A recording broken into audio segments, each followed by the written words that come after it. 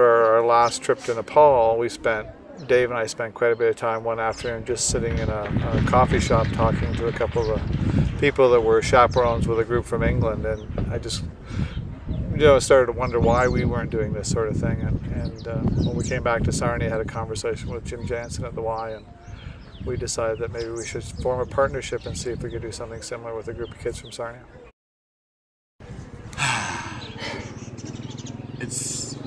I feel overwhelmed a lot of the time.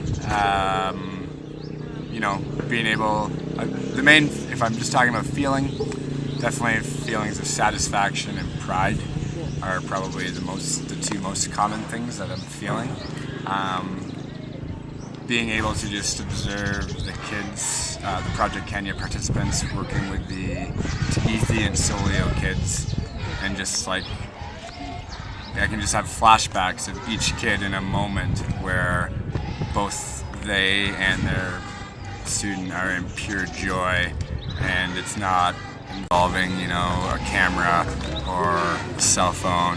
It's just in it for the moment, and you can just see how, satisfied that they are.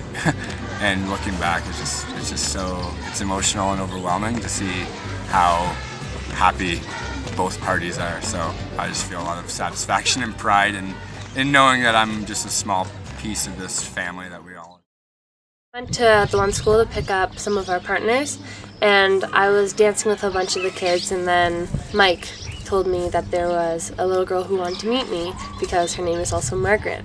So I went over to meet her, and instantly she was just full of smiles, and ever since, every night she comes and says goodnight to me. Every morning she says good morning to me. I'm standing there talking to people, and I feel somebody holding my hand, and it's her, and I've just had a lot of fun with her, and we always just play. Okay, Adventure Alternative is a company that runs holidays like safaris all over the world. There's Nepal, there's Borneo, there's Kenya, and there's and Tanzania.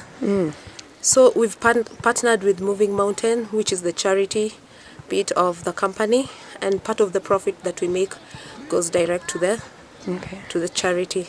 And initially, before we came here, the classes were so bad, they were not plastered, the floors were so bad.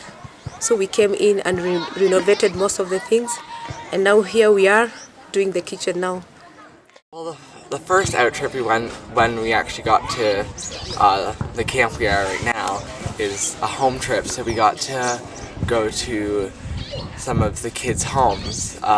Earlier on, we got split up into 3 groups, and there were like A, B, and C, and our team is called Rafiki, which means friends. And we got to go to a couple homes and got to sort of see how they lived compared to us, and it was shocking. Like, I think it kind of changed how I look at things, just going to their homes, see how happy they can be with so much less. It's like their lives are like more poor than us, so they are 10 times more happy than any Canadian, which I think is amazing. And so we got to go and see the houses and how they live. I think for me, yes, people come into Kenya and go, but just the way that the group carried themselves from the very first day, we were expecting a group which was like, hello, we are in Kenya, but everyone was like, yeah, here we are in Kenya. The fire that they had on the first day has kept on to the last day, and the fact that everyone was looking out for each other from the very first day, and everyone had their own emotional change. I'd imagine some of them had never traveled out of Canada, but just the way that they carried themselves with the children, the way they looked out for each other amongst themselves and also with the Kenyan kids, and the way that they were very open. Many people suffer in silence, especially when you come to big camps. Everyone thinks it's all about themselves and putting yourselves as a third party. But the group was so open, just speaking out their hearts. And also the leaders, every evening we had our highlights and lowlights.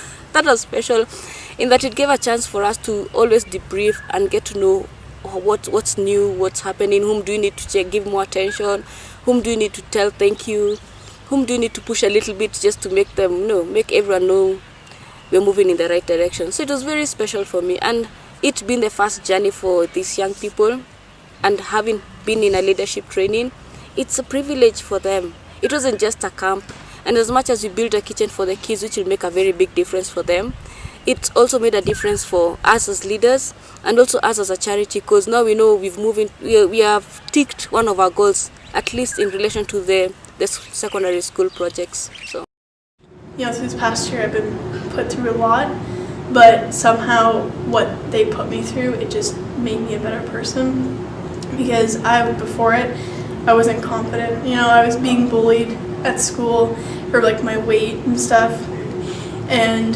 just this whole experience, like I don't know how to explain it, but they just gave me so much confidence.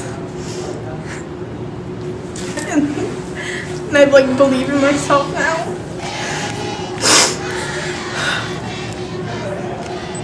Like this experience has really changed my life.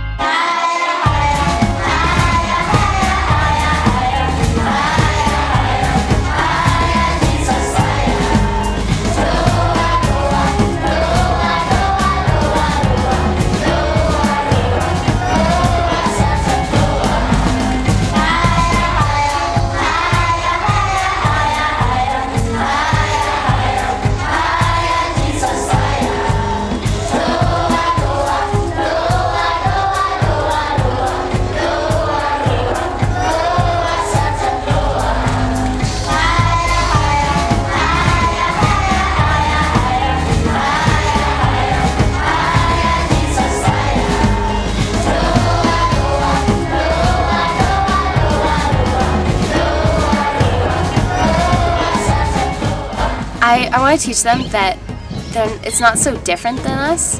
Like, yeah, they might be different skin color, they might have different activities that they do, they might speak a different language, but inside of us all, we're all the same. We all come from the same place, and I just want them to know that, and just to know that we're all the same, even though we're different.